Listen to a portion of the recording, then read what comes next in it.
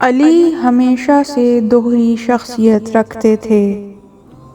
اسلام کے شروع سے ہی ہم دیکھتے ہیں کہ ایک گروہ علی کے گرد گھومتا ہے اور دوسرا ان سے کوئی خاص لگاؤ نہیں رکھتا اور غالباً ان کے وجود سے ہی ناخوش ہے۔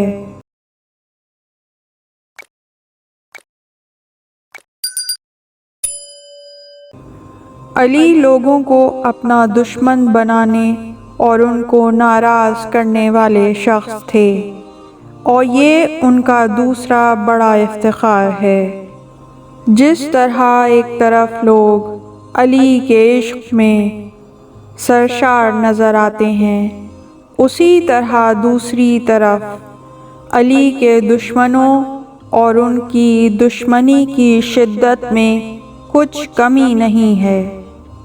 ہر مسلک اور ہدف رکھنے والا مجاہد انسان، خاص کر انقلابی، جو اپنے مقدس مقاصد کو عملی شکل دینے کی کوشش کرتا ہے اور جو خدا کے اس قول کا مصداق ہو کہ یجاہدون فی سبیل اللہ ولا یخافون لومۃ لائم، وہ خدا کی راہ میں کوشش کرتے ہیں اور ملامت کرنے والوں کی ملامت کا خوف نہیں کرتے۔ ایسا انسان لوگوں کو اپنا دشمن بنانے اور ان کو ناراض کرنے والا ہوتا ہے، لہٰذا ان کے دشمن، خاص کر ان کے اپنے زمانے میں، اگر ان کے دوستوں سے زیادہ نہیں تھے تو کم بھی نہیں تھے، اور نہ ہی آج ہیں۔ اگر آج علی کی شخصیت میں تحریف نہ کی جائے اور جس طرح وہ ہیں اسی طرح پیش کیا جائے تو ان کی دوستی کے بہت سے دعوے دار ان کے دشمنوں کے مترادف قرار پائیں گے۔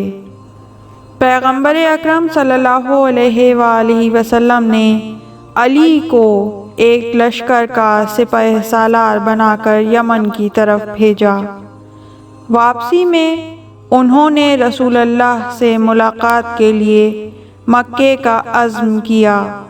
مکے کے قریب پہنچ کر سپاہیوں میں سے کسی کو اپنی جگہ مقرر کر کے وہ پہلے ہی سفر کی رودات سنانے کے لیے رسول اللہ کی طرف چل دیے۔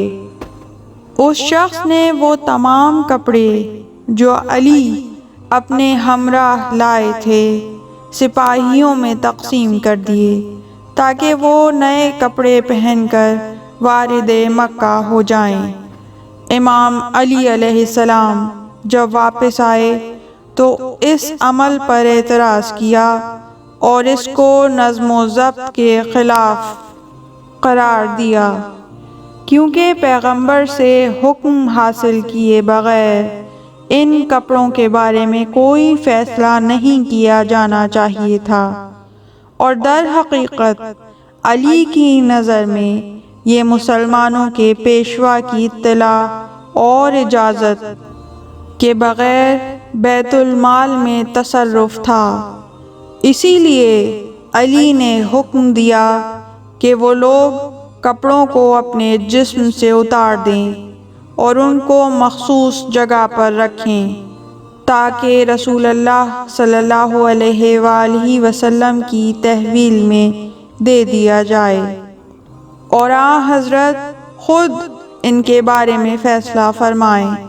امام علی علیہ السلام کے لشکری اس عمل سے ناخوش ہوئے۔ جوں ہی وہ رسول اللہ کے حضور پہنچے اور پیغمبر اکرم نے ان کا حال پوچھا تو کپڑوں کے سلسلے میں امام علی کی سخت گیری کی شکایت کی۔ رسول اللہ صلی اللہ علیہ وآلہ وسلم نے ان سے خطاب کرتے ہوئے فرمایا، اے لوگوں، علی کی شکایت نہ کرو، خدا کی قسم وہ خدا کی راہ میں اس سے کہیں زیادہ سخت ہیں کہ کوئی ان کے خلاف شکایت کرے۔ خدا کی راہ میں علی کسی کا لحاظ نہیں کرتے تھے، بلکہ اگر کسی پر مہربانی کرتے اور کسی کا لحاظ کرتے تو وہ خدا کے لیے ہی ہوتا تھا۔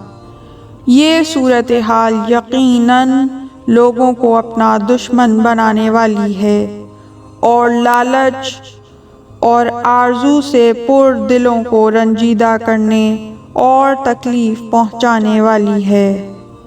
رسول اللہ کے اصحاب میں کوئی شخص علی کی طرح فداکار دوست نہیں رکھتا، جس طرح ان کی مانند کوئی شخص ایسے گستاخ اور خطرناک دشمن بھی نہیں رکھتا۔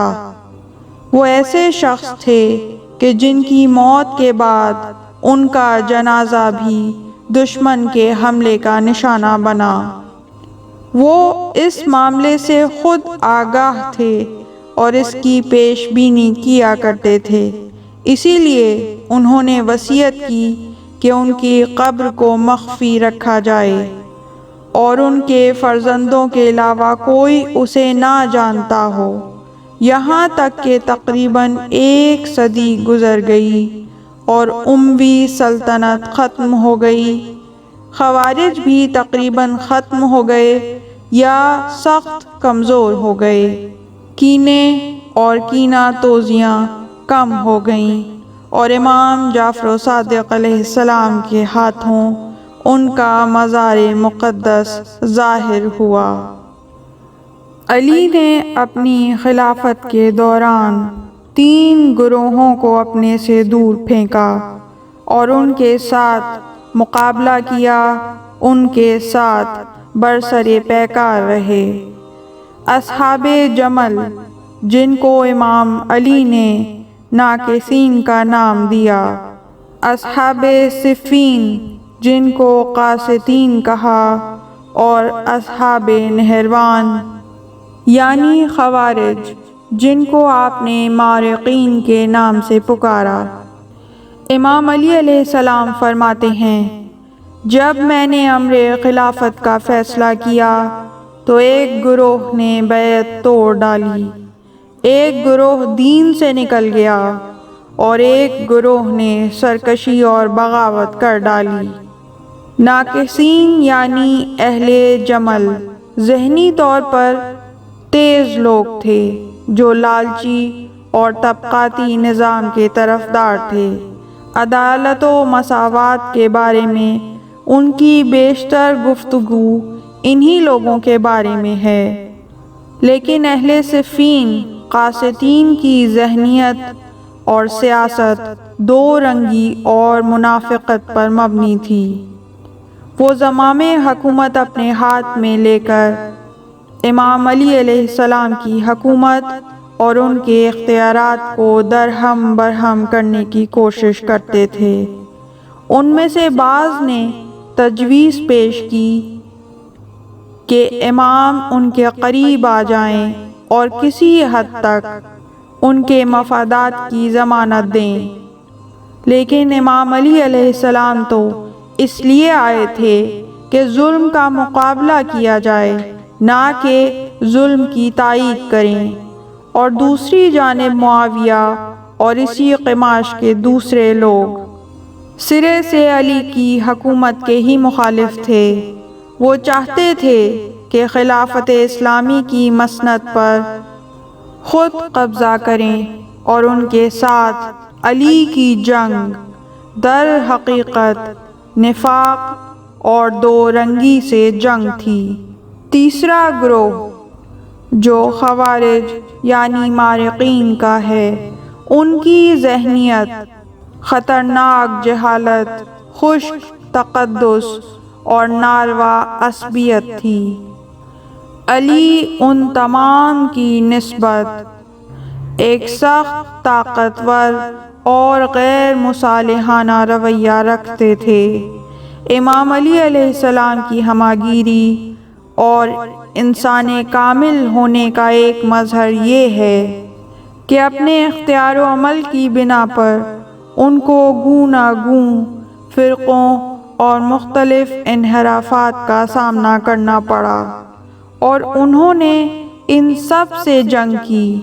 ہم کبھی ان کو زر پرستوں اور شتر سوار دنیا پرستوں کے ساتھ جنگ کرتے ہوئے دیکھتے ہیں، کبھی منافقانہ سیاست پیشہ لوگوں کے ساتھ، اور کبھی جاہل اور منحرف مقدس نما لوگوں کے ساتھ علی مقابلہ کرتے ہوئے نظر آتے ہیں۔